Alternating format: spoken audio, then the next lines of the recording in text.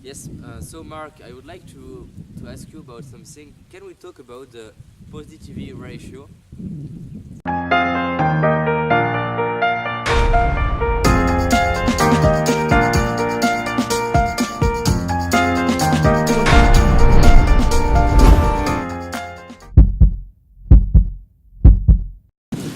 So this is science. We can put you in a brain scan machine and we can see how the brain responds to the word no. If you see the word no for less than 1 second, you get a fear response, even though it's just a picture on a screen. You take a highly anxious or depressed person and just show them a list of positive words: opportunity, hope, friendship. Suddenly the anxiety level goes down. The depression decreases just by looking at a bunch of positive words. But what I'm telling you and what we're telling our kids and our students and all of you who are watching this is don't use somebody else's positive words. Find those words that have the greatest value to you. When you create a vision board, create a values board. Write down every word that gives you a sense of pleasure, of meaning, that's important to you. And keep that where you can see it.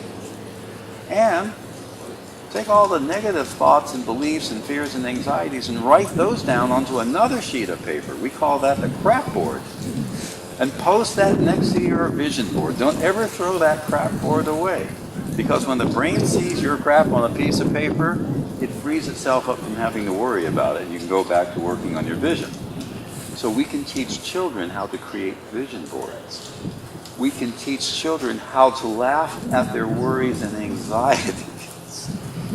And then they begin to feel more comfortable. The British Journal of Psychotherapy in September 2012 came out with a meta-analytic study, that's a study of all the studies, that if you practice mindfulness or acceptance, which means I just watch my anxiety, and I watch my anxiety, and I just accept it for being there, it is one of the best treatments for any form of anxiety or emotional problem. Every problem you think you have is just a thought process. It's imaginary, it's not real, you can laugh at it, but the more you repeat a thought process, the more your thalamus, the center of your brain, reacts to that thought process as if it's a real threat coming in from the outside world.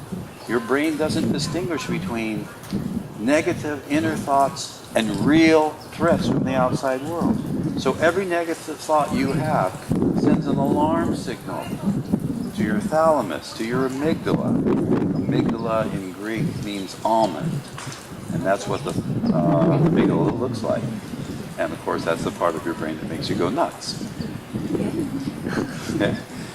And we want to teach every child and every adult that every thought has a real effect on other parts of your brain. And it shuts down the pleasure center of your brain, which is the same as the motivational center of your brain. And so we teach kids how to do, and adults, how to do a positivity ratio. And this work is credited to Barbara Fredrickson. For every negative thought or feeling you have, you must generate 3 to 5 positive thoughts and feelings to offset the neurological damage of that single negative thought. And you can train your brain to fill yourself with positivity. When that ratio falls below 3 to 1, you can predict that relationship is going to fail. And you can also predict with about a 70 to 80 degree of accuracy that that business will fail. The most successful businesses in the world and the most successful relationships in the world have positivity ratios that are like 5 to 1, 6 to 1, 7 to 1. And so it's like Every time I feel angry, I go, oh, that's an angry thought, one that's damaging to me. If I share that anger with you, I'm going to damage you and you're going to get defensive. Game over. Communication over. Okay, I feel angry. It's just a thought. You know, I come back, I breathe in peace. I breathe out the anger. I breathe in peace. I let go of the stress. This is a meditation. This is a formal meditation. But we know that this works very well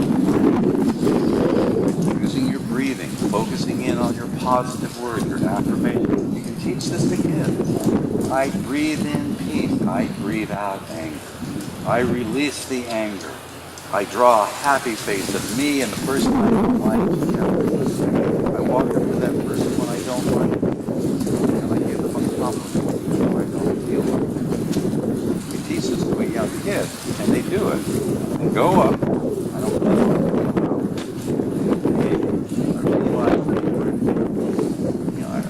I really like the color of your hair. Even though the other person knows that the person is struggling to be nice, the brain triggers pleasure response, and that person softens their expression. If they don't, we know that you're dealing with a bully, and now we go treat that bully separately, and we deprive that bully of social engagement. Because every bully needs a friend to bully. If we cut that bully off from being negative towards others, we can train that bully separately. The bully learns that the reward is if you're nice to others, we'll let you play with others. So we can use all of these affirmation strategies and bring in a little bit tough love to help kids who are having problems being kind. Because a bully is probably somebody who's been hurt by their parents or, a brother or a sister or somebody else. And there are people who are just badly wired. Their amygdala is too big. And so they're always generating fear. Now here's a really cool thing about brain scan studies of people who do these meditation and relaxation processes for 5, 6, 7 years. The size of their amygdala begins to shrink. And it happens within the first 8 weeks of practicing. So only 12 minutes a day of practicing any of these exercises I'm sharing with you begins to shrink the amygdala. You become less reactive to emotional fantasies and fears and anxieties. And you also begin to see a thickening in those parts of the brain that help you live longer. So being positive, optimistic, and this is a Mayo Clinic study that's been going on for 40 years. Optimism, hope, positivity literally adds 2 years to your life. We teach it to ourselves first, we teach it to our kids. We then teach it to our teachers to teach it to their kids. We then teach kids to teach it to each other.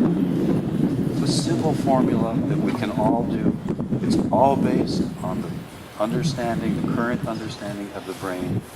There's nothing metaphysical or woo-woo about this, and it really, really feels good.